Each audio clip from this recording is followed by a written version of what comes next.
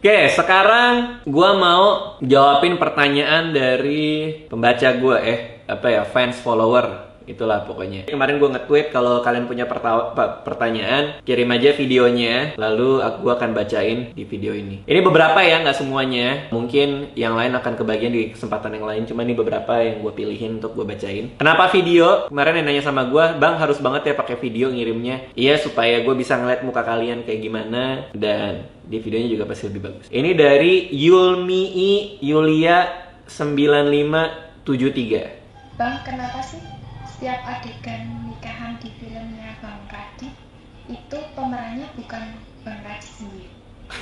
Oke. Itu kayak ada tukang somai lewat tuh barusan ya.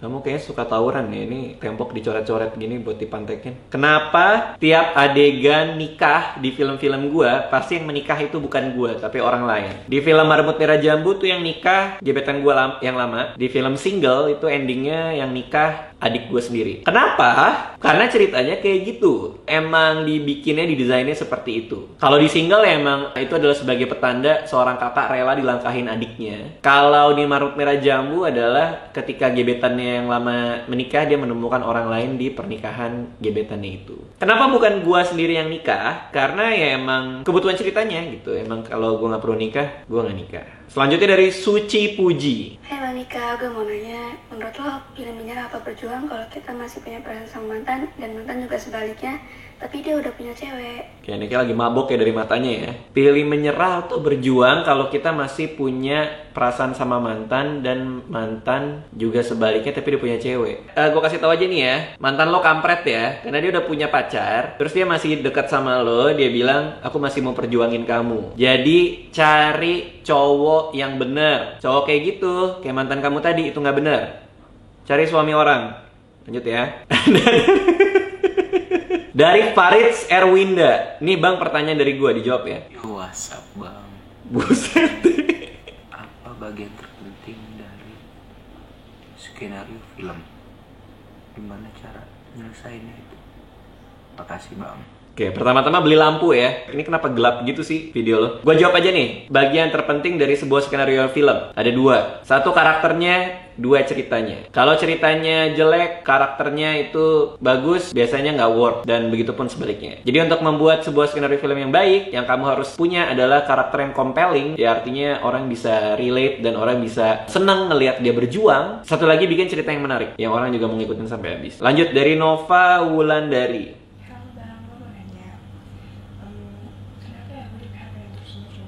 Oke, kenapa kamu di PHP-in terus sama cowok? Mungkin kamu terlalu kegeeran, bisa aja. Mungkin kamu mendapatkan cowok yang salah, bisa aja. Tapi kebanyakan orang yang gue lihat di PHP-in karena mereka punya ekspektasi yang terlalu tinggi sama orang yang ngedeketin dia. Jadi saran gue adalah ketika kamu dideketin sama seseorang, gak usah ngarap terlalu banyak. Ada juga orang ngerasa di PHP-in karena begitu udah deket cuma dianggap temen. Kenapa dianggap temen? Karena dia terlalu baik. Jadi saran gue, sekali-sekali jahat sama gebetan. Kalau bisa diajak jalan, kamu mau nggak jalan sama aku? Diem lu kampret gitu, terus ludah mukanya. Nah dengan itu niscaya kamu tidak akan di PHP-in.